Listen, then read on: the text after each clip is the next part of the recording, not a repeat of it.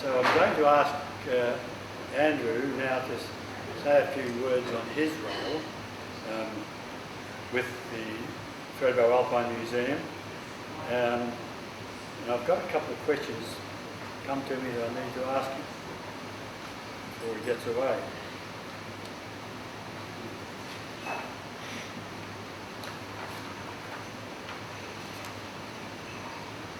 So Andrew, why did we need a new website? Great question. Welcome everyone. Look, obviously the website was built about, I think, 10, 12 years ago by Graham and his wife Kay. They did a great job. But obviously technology has overtaken all of us, and we found, or the committee found, that we probably need to do more with this website. So if you actually log in now, and I'd love to know how many people have actually logged into the website, it actually doesn't look that different. I mean, obviously it's got new pictures, the font has changed, the content is obviously the same, but it's really the back end that's completely changed. You're probably all familiar with Excel spreadsheets, so imagine each page has an Excel spreadsheet behind it.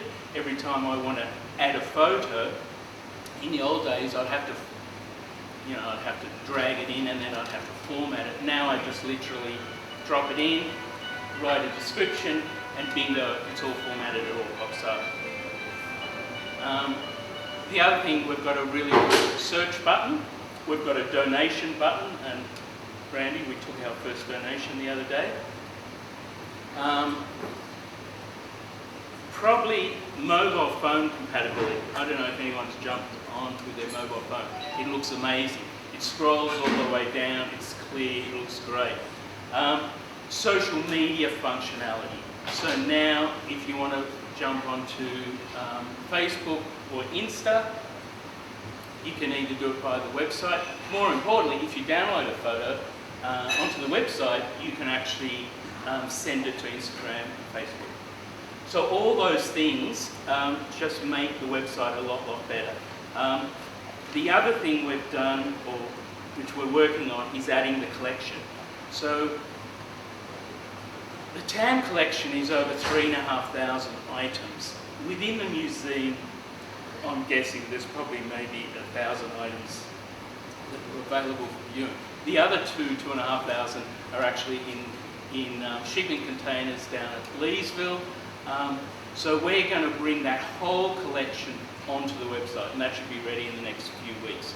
I should also point out that Chrissy Webb, one of our long-term members, has spent years cataloguing the collection on an old system, and I would be polite by saying that was fairly archaic. So having it on the website, it's going to be available to everyone. And when I say everyone, what I actually mean is members, because at the moment there's no real distinction between a website user and a member user. So we've also added a member section. So for example, the newsletter will only be available to members, and the collection as a research source or whatever will only be available to members. So there's a real incentive to become a member. That's why we need a new website.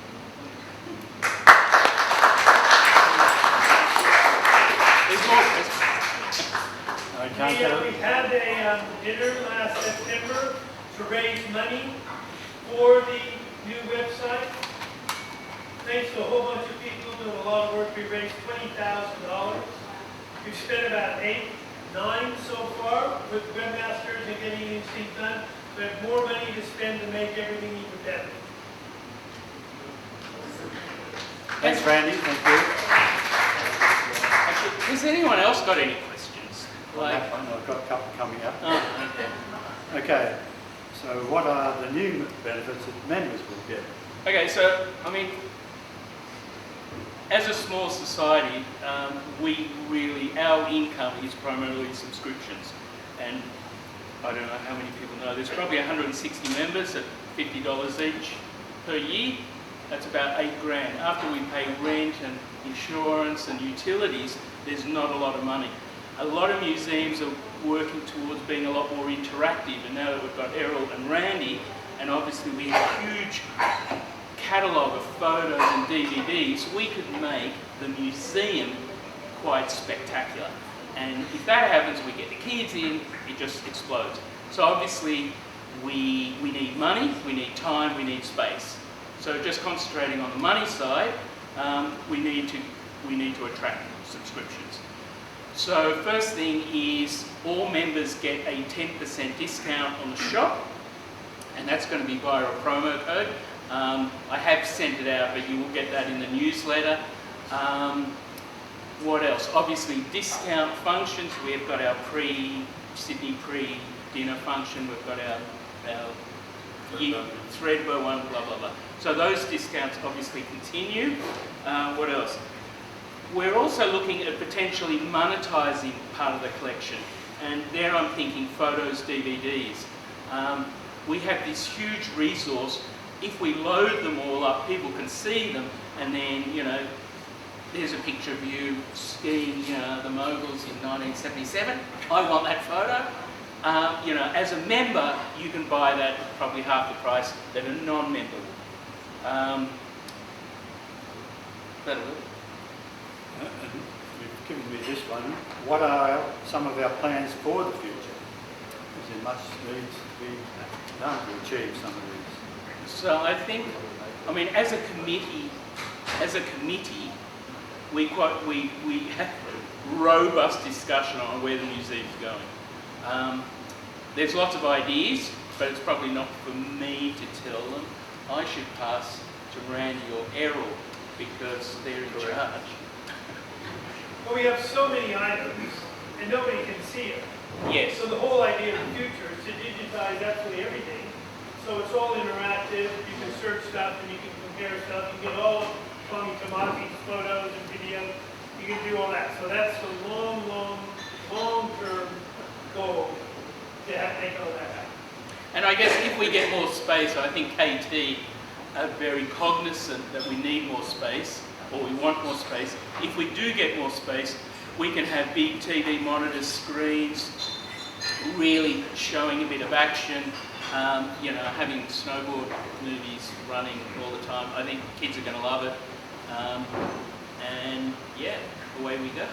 And we have virtual reality, where Errol's son has put together a video. You put the mask on and you can ski or ride a bike down Thredbo Mountain. So we go to the museum and have that experience without going on the mountain and skiing in the rain. You? Are there any questions of Andrew while he's here? At the front? Well, thank you. Oh, Sure. One question. So what's the remaining $12,000 going to be spent on? We've spent the upgrade of the website's probably cost us $8 grand, and I'm done. So the other 12 is sitting with Raylene, our treasurer, and we have to beg and borrow to get money off her.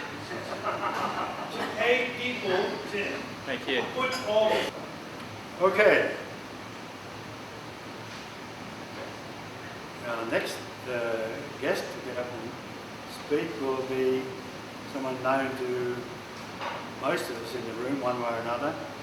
A member of the Perishing Historical Society, a member of the Thredbo Alpine Museum, and I wish to introduce Rick Walton, an author and Thredbo Alpine Museum member who, in March this year, attended the Aisha conference in Park City. That's the International Ski History Conference in Utah, to receive their Skate Award for outstanding work on international skiing history. Rick has 10 minutes to speak, I'm told, and we'll introduce a special guest towards the end. Rick Walton. I'll be very quick. I've only got about 10 minutes, so I'll be flying, and I've got two subjects. I never dreamt that I'd end up in a little place called Charlotte Pass. I never dreamt I'd run into all these extraordinary people that used to pass through there, all the old timers. I never dreamt I'd write a book. It was the last thing on my mind. I never dreamt it to be really successful. I think I'm now up to about thousands and thousands of copies, and it's now this is the 4th time it's been reprinted, but it's now double the size. The thing I found interesting was how precious our history really is. And then to win this skate award, which I really knew nothing about, so thanks to the Perisher and Thredbo, the 2 societies. Another thing I never dreamt I'd do, but off to the USA to collect this award. And that was a revelation because, you know, listening to the conversations we've had, their historical societies, particularly the International Ski History Association, they really take it seriously. And they particularly, this is my view of the whole thing, they particularly value and treasure all the old legends and the people that became famous over certainly the last 40 or 50 years. Randy might throw a couple of slides up. Here we go. The first thing that, this all blew me away. They had a fashion parade to start with at the Alpine Olympic Museum in Park City, and they got all these wonderful characters up there. Keep going, Randy, you hit those fast if you like us. I ran into all these people that I sort of heard about or read about in magazines, you know. That bloke, as you may know, is Wayne Wong. And, you know, he was marched in to parade around, and he was a fabulous guy, very funny. He auctioned those white glasses off, his trademark white glasses off for $3,500 US. And the woman behind him with those rather exotic looking glasses was, come on Lou, what's her name? Holly Flanders, an Olympian, very good one. Keep going, there you go. Those guys there, you may have heard of a guy called Dan Egan. He was a pioneer of a lot of skiing, including, I'm having a mental block here, extreme skiing. He was the superstar in his day. Keep going, we've got all these extraordinary characters. That guy there, as Randy would know, Scott Brooksbank. He was in most of the Warren Miller films, starring as one of the big hot shots. And, I thought, well, wow, meeting these guys is really something. Because, I started skiing in '75, and, Randy was the one who sort of expressed in his own way how to do freestyle and share it with all of us in Australia. It was always really fascinating. He'd often mention these names, and I found that really wonderful. Keep going, what have we got? There's one of the fashion shows. I think, what's his name? Bobby Burns, the famous skier who produced the ski and all that wonderful colour. There's the Scott boots, all that sort of thing. I found that really good because that's what we all loved in the day, in the 70s and the early 80s. There were so many interesting people there. Here we go, there you go. I mean, that's how it should have been. That's how it should still be. Notice the, go back one, Randy if you can. I didn't know this, but look at the neckerchief around his knee. That seemed to be the thing in the day. Love it. Yeah, keep going. What do you got? There you go, another wonderful thing. But I suppose the point I'm making is that Thredbo and Perisher, particularly, the two historical societies, are certainly going in the right direction, but USA is on another dimension. I mean, and they take their history so seriously, and they revere these sort of characters. I mean, look at that. There's Dirk Dagglebanger with me. I'm looking very silly. Keep going. And there's the man himself, Wayne, strutting around, offering to ski with everyone. He and his mates said, righto, anyone who wants to go skiing with me, let's go. So off to off to the Brighton and Sundance and places like that. There we go. Terrible photo. Look at that hair. I want some of that. Still a good scare. Now, I'll sort of finish on this note. Susie Chapstick Chaffee. Does that name ring a bell with anyone? Well, she was the hottest of the hot in the day. Model, Olympian, and there's a couple of good photos of her coming through. You'll love this. No, where is it? There she goes. Yeah, and I do love those boots.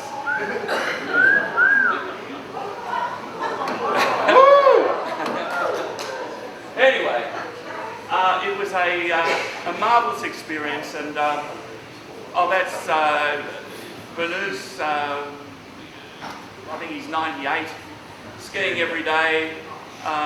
As he gets 1 year older, he skis one extra day, and so he's up to 98 days a season.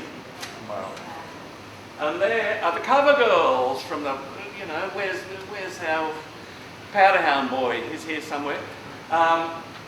Most of them are Olympians or World Cup. And Bernie, what's his name, Weissel, Randy? Bernie Weissel. Yeah, he might be known to a lot of people in the industry in Australia. So there you go. Lots of fun. Now, because I had so much joy out of meeting all these rare and wonderful skiers before they passed away, one in particular seemed to pop up all the time, and he was an unsung guy, really.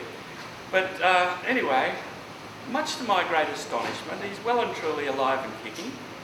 He's here tonight. He started in the 50s, or even the 40s, and his name is Leon Smith. Come out, Leon, you've got to sit here and suffer.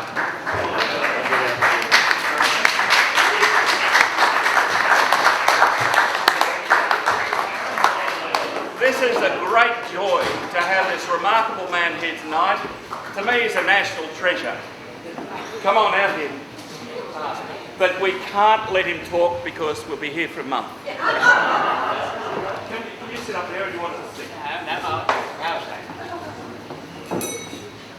There's a big connection with Thredbo here because he used to live with and share all his adventures with somebody you might know well, and that's Charles Anton. The two of them, two rat bags together. Charlie was the salesman. Leon tried to keep the ship on the, floating. And he was a practical man. But he achieved many things in his years in the snowfields, and I think you'll be interested to hear this. And it is this lovely connection with Thredbo. Okay, now we were arguing over this on the way. He's lugging a toilet up to what I thought was Albina. Yeah, that's your one. Yeah. I'm sorry, I'll start on the wrong foot straight away. There he is, pioneering, one of the pioneers of Illawong. But let's start with Albina. He was out there banging that thing together with his bunch of cronies in the early 50s. Keep flicking through. We've got two of the wrong, sorry about that. There we go, there's another one. Yeah. So that's Illawong, but we'll come back to that. Keep going. Righto. As you know, there's Kanama with the tow hut in the background. Of course, Leon was cruising around the edges of that as well, not actively involved, but of course, Charlie, hoodwinked him into everything, and that's part of what he did.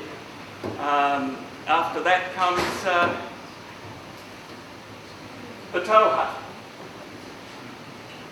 Once again, that's, and you can see Northcott, the tow going up there. When the avalanche struck and Kanama was wiped out, the tow hut went up in flames 3 weeks later. Was that mysterious or what happened? No. Nobody knows. Righto, that'll do. Don't talk anymore. Righto. Then, what does he do after that? Where was the motor for that? You'll notice it's a two-storey building. So the motor house was upstairs, and there was 4 beds accommodation down below. And of course, we started off with one motor which was underpowered, and it's interesting to realise the second motor, which had the more zoom in it, was an A model Ford. So, yes, since they came out about 1930, Well, then, yeah. the latest and the greatest. So, when they went up or down, what does Leon do? He goes over to Illawong, which is just up the Guthiga Dam, not so far up. But how to get there? He got a draft horse, he and the team of lackeys and pioneers, and there's Kanama, and there's how it came down. The avalanche came down the hill and got very awful. And that's Leon took that photo. And that was That's Bill Clark over there, right. eating an apple. Right. Keep going around there. There's the tow hut. Tragically, but no one got hurt. But that was the end of the main range adventures, really. So where they go, start sniffing around Thredbo and Illawong. So there's Charlie. And is that you? Yeah, Righto. I had dark hair then. Righto. So there they are, starting to turn.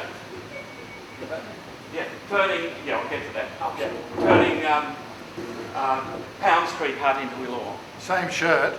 So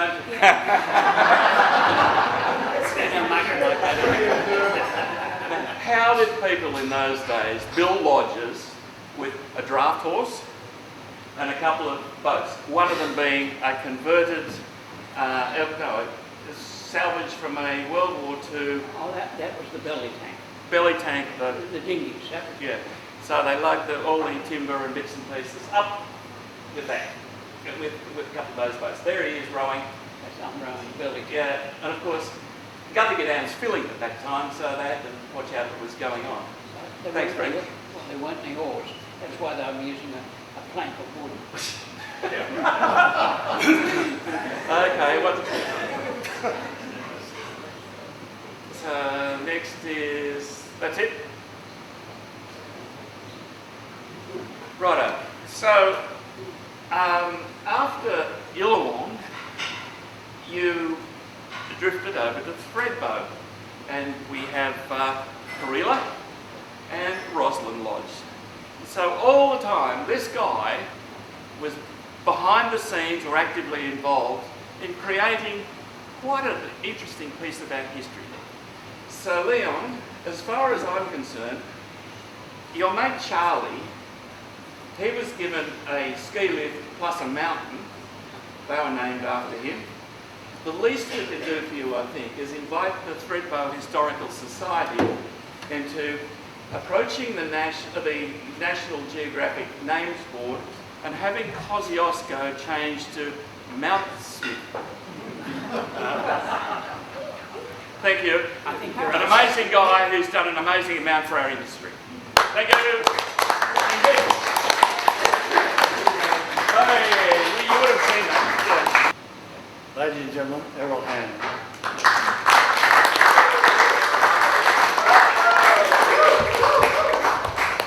Thanks, Alan. I'll just clear the lectern. Yep, clear it. First off, welcome to you all for taking time out of such busy schedules. I know with technology we have all become busier. It hasn't become easier, so I appreciate that. Yeah, well, I was asked, I'm part of the museum at Thredbo, was the Thredbo Historical Society. We're moving on, so we're now the Thredbo Alpine Museum and that, so just renaming. But Alan's filled in a bit on my past. I went to Thredbo, or I was sent there by Lend-Lease. I worked for Lend-Lease when they owned the resort. I was sent there as a very young guy to help them develop the resort. Dick Dusseldorf was still around. I worked under Albert Vanderlee. Unfortunately, my surname isn't Dutch enough to have rose through the ranks rapidly at the initial stages. I've got an Irish background, so I'm very persistent. So it turned out. So Tonight I've been asked to talk about snowmaking, which I had a fair bit of input into, along with a lot of other people, and that which I'll highlight later. But the headline that I envisage in the local newspaper is "Man Messing with Mother Nature." Could be a story about snowmaking, because that's what snowmaking is. You're trying to coerce Mother Nature to release all those beautiful snowflakes out of the sky. How do we achieve that? Well, cloud seeding had been around in Australia since the 30s, down in Tasmania and that. Farmers wanted water, how to get it, dump some silver nitrate out the back of the plane, let the turbo wash, put it into the clouds, coagulate the water particles, falls to the ground as rain. If you're a skier, in winter you've got your fingers crossed that it falls as snow. This is still happening to this day with Snowy Hydro. They have operationally at the moment 15 remote stations that they trigger from Cooma when there's a cold weather front coming, because they're trying to fill their dams and generate electricity and irrigate downstream. So those things are still operational, so the system is still there. Snowmaking in Australia, per se, came about in the mid-60s. It was already in North America predominantly. Europe, they didn't go into snowmaking so much because they had a lot of natural mountains and lots of snowfall. But in Australia, it was a very rudimentary system. Basically, a pressure hose, a nozzle, spray some water out on the right conditions, and you're going to hopefully get some snow. Efficiency-wise, zilch. Very expensive. In light of today's cost of the energy and that, not practical. So Thredbo started experimenting with snowmaking in 1967, and that was one of those rudimentary systems. A garden hose with a nozzle.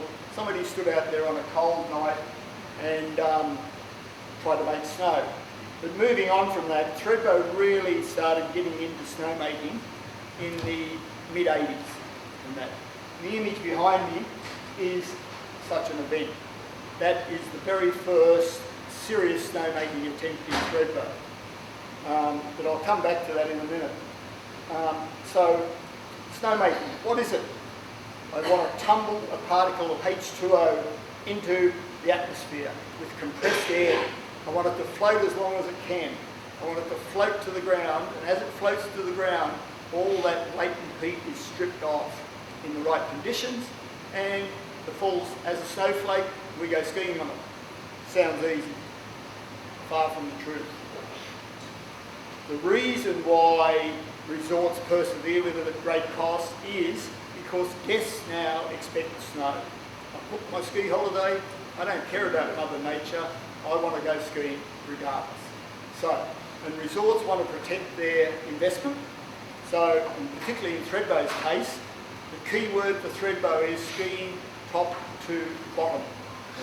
Our competitors across the valley, they always have top to bottom, but it's a way shorter top to bottom. Thredbo has 630 vertical metres, so it's a big selling point. So it relies on a lot of things. You've got to have your data, you've got to have weather data. In the early stages to design the initial systems, we interrogated Bureau of Meteorology. We canvassed all the local airports around us to get their freezing levels, their wind conditions, their dry bulb, wet bulb temperatures, because they have all that data, but it hadn't been amalgamated into a collective point. So we went to that effort and amalgamated all that information. So to put it into a bit of concept, the Thredbo system, and I'm talking now in today's terms, can convert 15,000 litres of water per minute into snow. 15,000 that is, not 1,500. So a lot of water. So because of that, you need access to a lot of water. Thankfully in Thredbo we do have a pondage in the village that we call the Snowmaker's Pond now as you enter the village. That usually has water. Unfortunately at the moment it's a little bit low because we're going through, May is the driest month. Obviously, our friends across the valley, to this day they still buy their water off Snowy Hydro at a premium, and then Snowy Hydro get it back at the end when it melts and goes into the dams for nothing. It's a pretty sweet deal for somebody. I don't think it's a sweet deal for Perisher, but So that restricts kind of their decision making about snowmaking to a degree. And in light of the environment where we're going with that, there's other questions. So after that, you've got your data, you install a network of pipes, pumps, compressors. In Thredbo's case, you've got 30 kilometres of 20-inch dual pipe running up and down the mountain. You need lots of air. So you put in 4 big monster compressors that would fit in this room, say. They come from the mining industry, built by Ingersoll Rand. They deliver 7,000 cubic feet per minute of air, each machine. You've got pumps, multiple pumps that get the water to the point of injection and then pressurise it and send it up the hill. Then you've got your hardware, you've got fan guns, which we talk about today. You've got lance guns, you've got sled guns, you've got hydrants. And then after that you need remote weather stations as well as cooling towers, air dryers and a bubble to mix the water where you pick it up from, so it's at the lowest approach temperature when it hits the mountain. Skidoos, computers and lots of electricity. And lots of dollars invested by somebody. Meanwhile, the average skier pays for their season pass or their day ticket and goes, it's expensive to go skiing. They don't look behind it and see the infrastructure. The night time when there's 50 guys up there, and girls these days, risking life and limb to make sure you've got pristine conditions in the morning. Today's system in Thredbo is fully automated, or as much as it can be. So technology has really marched ahead since the early days and that. So to put it in context, the whole system in Thredbo now is run with basically 3 personnel on the mountain, on skidoos, on quad bikes or whatever. They're just going around monitoring stuff. There is 1 person in a pump house, the control room, that dictates how much air and water goes out, what temperature, what pressures and everything else. So automated. Back in the initial system that was designed, and that there was 15 to 20 people on the mountain and up to 2 controllers. So less automated, very physical job. So when you saw the average snowmaker, now we'll be introducing a couple of snowmakers later on that thankfully turned up tonight, and those were guys that worked there in the 80s and 90s in these positions. They had to be physical. They didn't have to be good looking. They didn't have to have great table manners, but they had to be pretty good at what they did. It was a dangerous job. They weren't compensated greatly. They did it for the passion. We started out in the early days, LED lights hadn't been invented. So what do you give guys that are working in the night? You give them a miner's lamp with a big battery on their back, their headlamp, and they go off to work, like the 7 dwarves.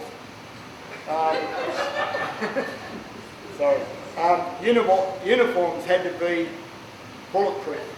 You couldn't prance around. Rick had some great uniforms or clothing from America and that, not fit for purpose for this game. You need stuff that a sailor would use on the high seas or a steel worker would use when he was cleaning out the furnace at Port Kembla. So that's where we're at. So coming down to the timeline of snowmaking in Thredbo, the initial system was very basic. That was in 67. 70, further experiment at the cat shed and that. There was a gentleman in Thredbo who I worked under, John Olsen. John Olsen, he wasn't rule-based. If it was possible to build a crane out of a stick of wood, he would. He didn't get approvals. So he was an inventor as well. He was also the mountain manager, so he diligently experimented with snowmaking. And I'll start scrolling through shortly in a minute, Rand. But I'll just quote, one case was we were collecting data, and for those familiar with Thredbo, where Friday Flat resides now, that used to be a horse riding operation run by a local builder called Dave Rowley. Anyway, he contained his horses by electrifying the fence around their paddock. John Olsen wasn't a tall person. He went there one day to collect some data. He had one leg over the fence, and he turned around to me and said, "Do you think Rowley's got the fence turned on today?" And I said, "Good chance, John." I was correct. And the part of his body hit the fence and he soon jumped in the air. So that was the commitment again, collecting data. But moving on. So this first image here is the very first snowmaking in Thredbo. It's at the western end of Valley Terminal. And that is one of the very first games. Thank you. You'll note. So this is what we call a portable system with trailable air. So that's a machine there. Develops 1500 CFM of air. Remember going back, I said the new compressors are 7,000 each, and there's 4 of them. So you've got 28,000 CFM versus 1500. Next, please, Ren. This is the water pickup and a pump. So you picked up water just out of the river. And that, remember, this was done in April with very minimal approvals. It was done in the dead of night. It just turned up one day that they were making snow in Thredbo. We had an issue with that pump. It was too high to pick up enough water, so at midnight I remember going there and getting into my shorts with a chainsaw, cutting the legs off that thing to lower it into the water so you get more pressure. Small issue. I got cold feet. Next one. Next one. And we did make snow. One of the original groomers, he's just flattening it out. That is Ram's Head Hill behind us, so you can see the demonstration is that Mother Nature wasn't playing the game with us, so we had to force a team. Next, please. Again, a bit of perspective there. You're looking back out to the hotel and that. Next, please. That's a sleek gun, one of the early ones, portable, and that at full bore. So we had the temperatures, had the humidity, we were happy that day. But you can see the work involved. That thing's buried. Somebody's got to dig that out, drag it to a new position, orientate it so the wind doesn't just blow it into the river. Those hoses are 50mm fireman's hoses, frozen and heavy. Next, please. And that's what we call Mount Little One. And that was to demonstrate we could make snow. During this period, Wayne Kirkpatrick and Alan Reach would be ensconced in the lounge bar. Night time, snowmakers would be out doing their job. Wayne would radio the snowmaker and say, "Can we make some snow tonight?" And the deal was that we'd strategically place some lights, so regardless of the temperature or the humidity, we always made snow. Sometimes the snow was wetter than what you'd like, it was more like rain. But the convincing fact was that the executives of Ridge's Group, or Amalgamated Holdings in the day, were convinced to invest heavily into snowmaking. Because after you've had a couple of champagnes and you wake up in the morning and look out at that map there, you go, wow, there's a mound of snow there. They didn't factualise whether it was still there before or whatever. To them, we had made snow, so the proof was in the pudding. Next, thanks, Randy.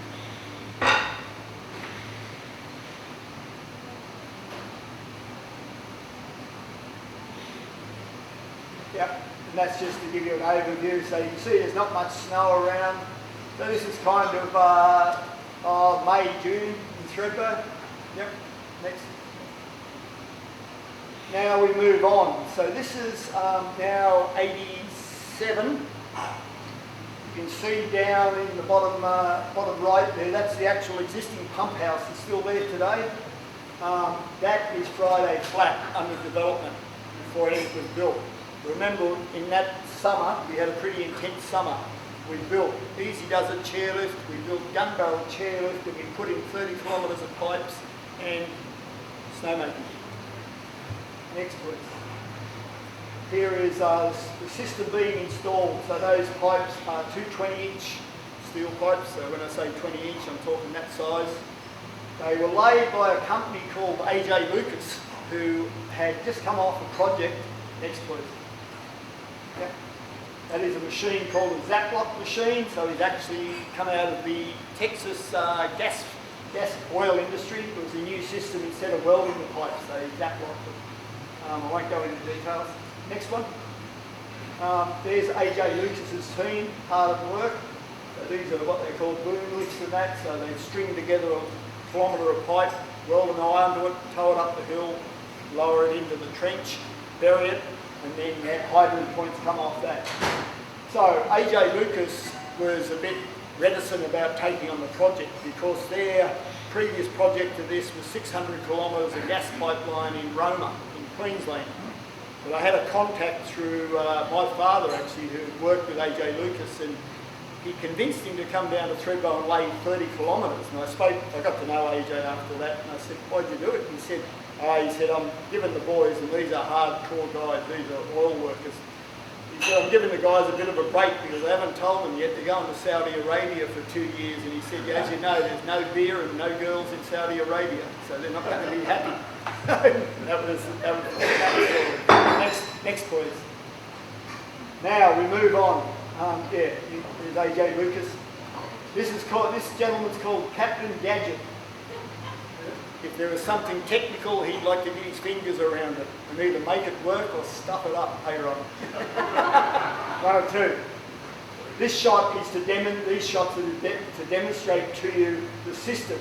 Notice something? We've got an exotic computer screen. It's at least a 12-inch screen. There's 10 bits of information on it. A lot of red lights and that. A lot of buttons. Got a map over the side to give you the extent of the system. Next, please. That's another one at look at the old drive unit and that. This is all old school stuff. Next please. This is the system as of yesterday. So that's what runs the system. Next please, Ren.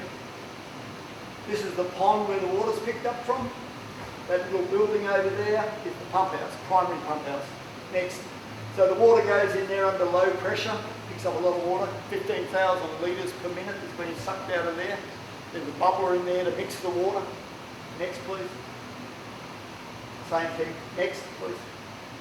There's some of the pipe at the back of the actual pump house at the moment. So that's a 20-inch steel pipe, getting ready to be put in. Poly pipe, they're moving to poly. Next, just flick through them, ready. Drying towers to dry the air and that. Which you need. To make snow, you need cold, dry, oil-free air and the coldest water possible. If I try to combine Boyle's law of physics, for those that have got a scientific background, when you compress any air or fluid, creates heat. So compressing air does the same thing. You want to lose that heat and you want to have the coldest approach temperature on your water. And you don't want bathtub water. You want stuff to go. I don't want to dump in there. These are air dryers. This is the pump house. Yep, keep going. Overview of the system. You can start to see the infrastructure behind snowmaking. We'll go inside the building in a minute. Right, these are 4 pressure pumps. Pressurise the water to send it up the mountain. Next, please. Again, pumps. Over on the right-hand side is one of the Centac compressors. Next, please. Ingersoll Rand. That is actually the control room where it's all run from.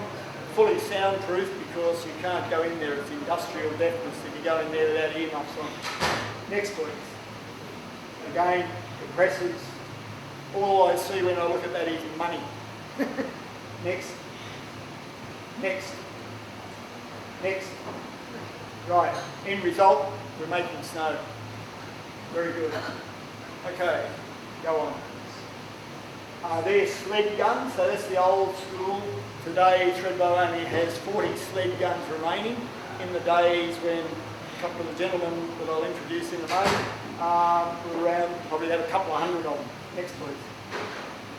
Why do you want to be a snowmaker? You get your own skidoo. You go to the pub, you got cred with all the girls because I'm a snowmaker. I get a view of the village and you get paid. What a job. Next, and how was the morning? Sunrise is beautiful. How was the product? Not bad. Sunrise, yeah, great. Another sled gun. There we go, bottom of snow guns. Next, did we make snow last night? Oh well, let's check. Next one, please. Yes, I think we did. Yeah, a bit windy that day. Let's keep going. Tribute to this gentleman, Mr. Brown, better known as Dal. go through to the next image. Dal, he got paid to ride one of them things too. Unfortunately, during the course of his snowmaking career, he left us, and one of his wishes was to be put onto the mountain with his mates. His ashes were injected into the snowmaking system, and Ronnie Davies, who is here tonight, we all had a beer with him in the Schuss bar as we watched him being sprayed onto the mountain. Next please. Next please. And next. Checking the snow. The way to check it was to stand underneath the snowstorm, watch the snow bounce off your arm, and when it bounced to the right extent, you had a guy over manually correcting a hydrant by main hand. So you communicated. You couldn't talk because it was too bloody loud. So you'd go down, up, whatever you want. Now that's automated. Every 10 hydrants has an automated weather station. Okay. Yeah, character. The boys were very artistic. Caught the moon in his hand. Here they are. I don't see too many unhappy souls there. They're all pretty happy with what they're doing, having a bit of fun. We had an issue with the company. They weren't willing to supply suitable clothing, so the crew decided to prove their point. Next, please. He's laughing at his mate. So if you note something there, now they don't make snow when there are people on the mountain skiing because of the danger of somebody, getting hit by a pellet or something, I don't know. Those days we just made snow whenever we could because it was necessary. Next please. Fun part of the job.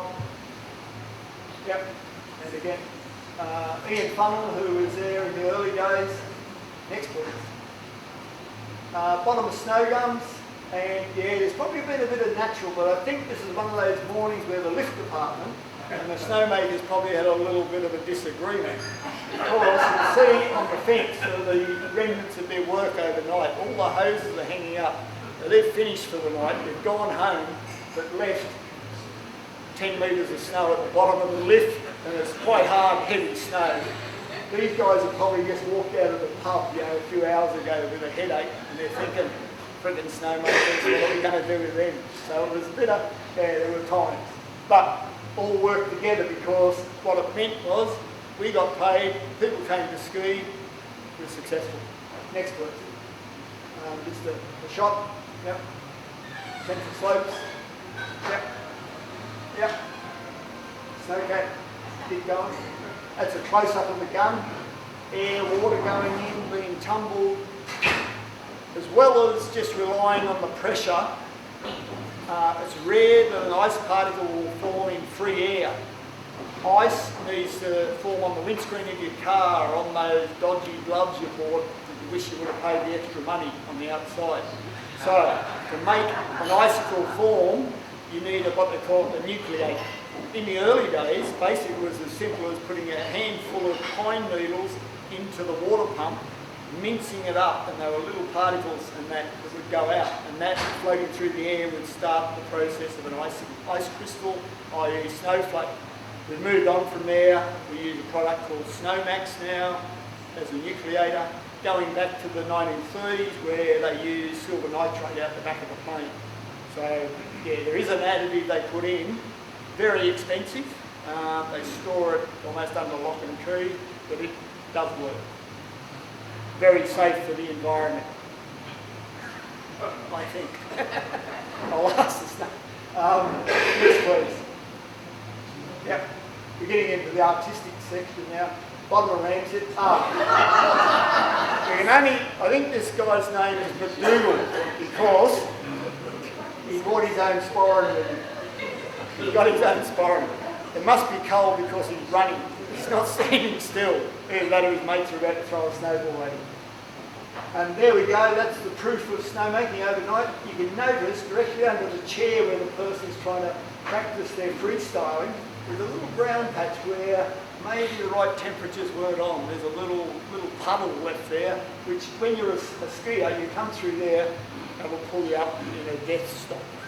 Might have been a deliberate move by the snowmakers as payback. Never know. Again, Gal, bottom of Ram's Head. Now, we talk about technology moving on and that. So the original system was developed by a company called Group Delta out of Ottawa, Canada. And they had just finished doing the Calgary Winter Olympics, the snowmaking system there. So we went to the best in the world to design the system for Thredbo. You know, it was pointless messing around and experimenting. We just said, go with proven. So we went with Group Delta. They designed the system and that, but things have moved on now. So after Group Delta, they designed the initial system for Thredbo. Then after that, it went to York, which is an American-based company. Now it's with Thredbo Alpine, which is a very big Italian company. So they sell the infrastructure around the world. So yeah, that's where the money, it kind of, you think, how do they build a building like that? Somebody pays a lot of money for what they build. Next please. So that's what they build. They build these things, they're called cannons, fan guns, yeah, yellow monsters. Yeah, these are at Friday Flat. Next. Thredbo. Yep. Yep. No, we're not at the back end of a 747. That is a machine. So this is a different system to the initial system where you had to deliver air and water to a point and then pressurise it and send it out into atmosphere. This now only needs water because it has its own onboard compressor and fan. So it actually does the work. And on board with that as well, it's got its own headlights, it's got its own weather station, it's got its own data collection that tells you how efficient it is, and it can gauge how much inrush energy it needs to stay within certain parameters to keep your electricity costs down. So that's the technology. Next please. Errol, what's it worth? Today's market, Australian 93, call it $100,000 each. Thredbo has 27 of those at the moment, and I'll probably go to 100 by a couple of years' time. There's one in operation of the night. Just go, yeah, just Randy, that one. So in the front, sorry, go back one please. In the front is the Techno, the fan gun, and in the back there under that, the top of the cracker back light is a lance gun. So the idea is those lance guns is like a mast off a yacht, double chambered, air, water, and you're trying to get that water, the particle of water, highest point in the air and let it float down. And the longer it floats, the better the snowflake. By the way, snowmakers, we've all skied on man-made snow, I'm sure. Some days you think, geez, the boys could have tried harder, like this is like concrete. But reality is, you want concrete as machine-made snow because you don't want it blowing away, you want it to be impervious, and it's a refrigeration layer before that one stray natural snowflake falls. When it falls, it doesn't melt. It hits that machine-made stuff and goes, boom, on the snowflake, forever after. Right? So that's what they do. But I have seen snowmakers, they can make powder, snow. Not very economical. Windy resorts in Australia, it blows off into the trees, but with the technology, you can make powder. We all love powder steam. Anyway, I do. Next please. Another fan gun. This is a Friday Flat, just a few nights ago. Mr. Glenn Dawes, better known as Dawes, he sent me these. Next one please. There they are, bottom of Friday Flat, that was last week. Next one please. There it is. A monster. Yep. That's why we do it. Yep. And yeah, that's Thredbo. Crazy tracks. Yeah. The reason that's just to pull you back to reality. The reason we have snowmaking is that is snowmaking. Oh, look at that. Now the real reason we do snowmaking is that is without man's interference. Pretty pleasurable, hard to sell, hard to make $1 out of it. Next please. Yeah, that's in the basin. And just leave that one up. This is Jono, our snowmaker. He's presently resident in our museum as our static display for the next few months is snowmaking, hence this talk. There Jono's dressed sensibly, got his helmet on. Not got his gloves, they're a bit dodgy. That's an older style gun, a York and that. But it's just stuff that we've got on display just to let people know, what's involved. And it's all, everything you pick up is either money or heavy. You pick up a valve and they go, oh, that's $20,000. You pick this up, whatever. Next please, if you can blow that one up, Randy. Blow this one up for me. Now I spoke earlier about Dal Brown was not with us anymore, that was sent out onto the mountain for his last journey. These two gentlemen here aren't with us either anymore. The guy on my side there in the blue jumper, that's Chris Pegas. He was a young engineer at his prime. The guy sitting next to him was George Hardingham, head of the maintenance department at Thredbo. Both of them gone now. Chris, through unfortunate circumstances, was leading into World Cup. He wore a black cowboy hat, got off the top of Ram's Head chairlift, and the down chair knocked him off the station. For those familiar with Ram's Head, long way to the ground, sustained injuries and didn't survive it. Had a promising career. George went with old age in the end, but I love this photograph because of the safety issues at hand. First off, they're in a dodgy dinghy on an ice-covered lake doing some work. So what happened there was the pickup point for the water for the whole snowmaking system somehow failed.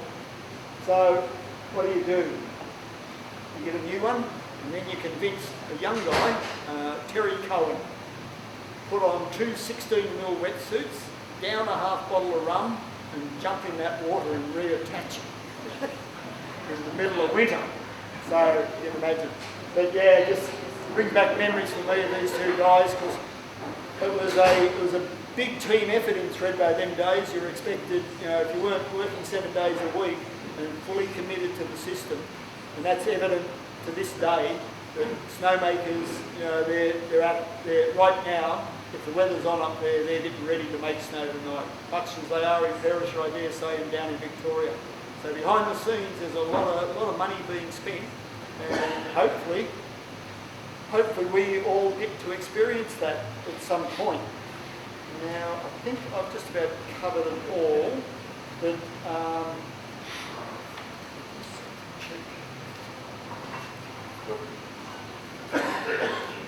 technology. I think that's about enough from me. I'm open to questions if you have any reasonable questions. Any questions, Errol? Before I enter questions, I'd like to invite two gentlemen up. They may not wish to speak, but I'd like you to see their beautiful, cute faces after many years of snowmaking. I'd like to invite Urs up and Ronnie Davies.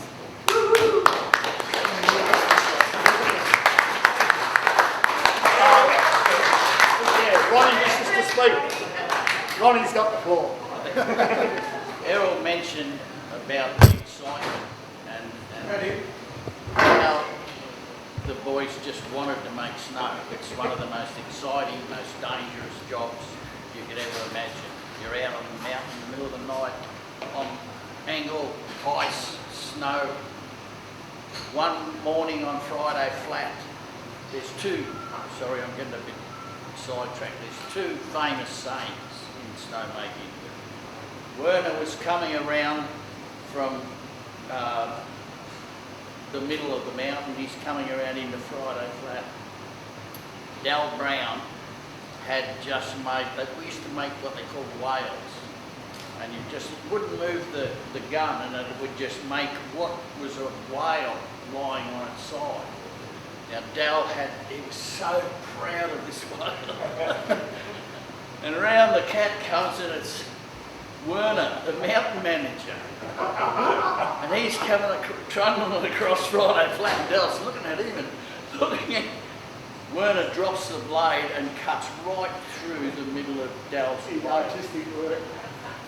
Dal snapped. He raced across Friday Flat, jumped up on the tracks, pulled the door open and just got into Werner about cutting his whale. And Werner very calmly just explained to him, he said, I won't try the accent, he said, Dal, when the snow is in the air, it's yours. But when it's on the ground,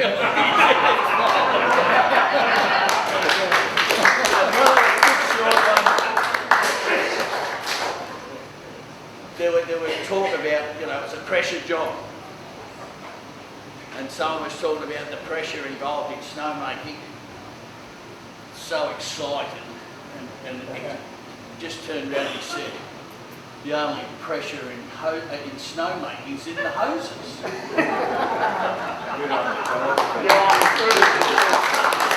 Season I'm artist in residence again at Thredbo Resort. I'll be decorating the lounge bar, cascades and Karilla Hut. So I'm very excited.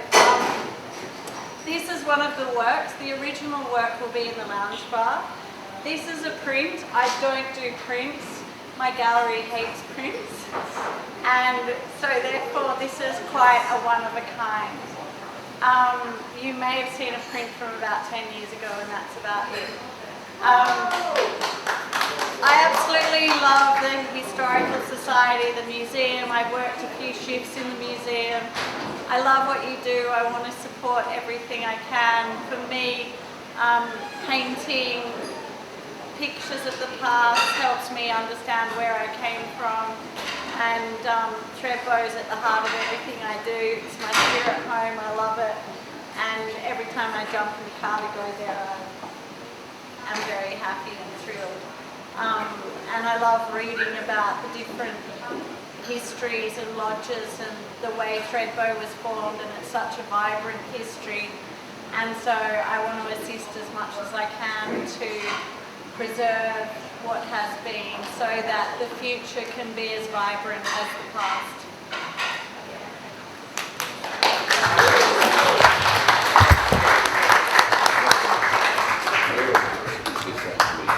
So this was, I think that year, was it 60 something, where there was a 64, and so that, the rocks, this is how much snow there was. The rocks at the top of Krakenbach were covered. So they're just two mounds. And Henry was telling me this. That's Karilla. Yeah, the original double chair, Krakenbach double chair.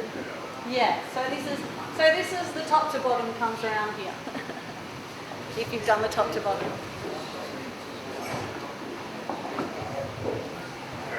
I'll leave it to you, please. All the money raised on this lovely print that Zoe's donated, all proceeds to go to the museum. So ladies and gentlemen, I'm in your hands. I'm looking for an opening bid, an opening offer. Who'll be first? Doesn't matter where we start. If I hear 500 from anyone. 500 I have it. 500 now. 500 now. Do I hear 6? At $500 a bid. At $500 a bid, it's in your favour, sir, at $500. I'm calling for 6 now. $500 is the bid. At $500 I have, I'm calling for 6. At $500 now. 1,000 now, thank you, sir. At $1,000, right down the back at $1,000. At $1,000, I'll still take another 100 from anyone else in the room. At $1,000 now. $1,000 is in your favour, sir. At $1,000, it's against you, sir, the opener. At $1,000, I have it. 200. Sorry. 1,200 now. $1,200 the offer. At $1,200 a bid, it's in your favour, sir. It's against you, sir, and you, sir. Pretty quiet from the ladies here tonight. At $1,200 now. $1,200 I have, and I'm looking for an advance on $1,200. Once! We're selling. 15 now. 1,500 now. 1,500 up. That's right, sir. 1,500. 1,500 it is. At $1,500 a bid. 17. 17 now. $1,700 it is. Back to you, sir, at $1,700. At $1,700, and I'm still looking for a further advance on $1,700. I'll take $100 or more. At $1,700 a bid, we're selling, make no mistake about it, this print will be gone. At $1,700 now, at $1,700, and I'm looking, 18? 18, thank you, sir. At $1,800 now. $1,800 I have, at $1,800, and we're selling Would anyone like to round it off at 2,000? I've got $1,800 now. At $1,800 now, it's being sold $2,000 to you, sir, right at the back. Congratulations in your favour, sir, at $2,000. At $2,000, but we're still here. We're still here, and I'll still take $100 or more. At $2,000 a bid. At $2,000, 2,300.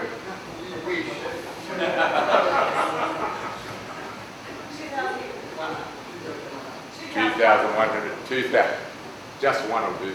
At 2,100 now. 2,100 I have. At $2,100 a bid, it's in your favour, sir. It's against you, sir. You've lost the lead, sir. It's in this gentleman's favour. At $2,100 now. At $2,100, and we're selling at $2,100. I'm looking for any further advance on $2,100 once. Think about it, sir. Have a good talk to the lady there. He knows best, I think. $2,100 I have. I'm looking for any further advance on $2,100. Wait! Any further advance on $2,100 for the third and final call. All finished. Are we out, sir? Are we out? All done. Sold, sir, to you for $2,100. Congratulations.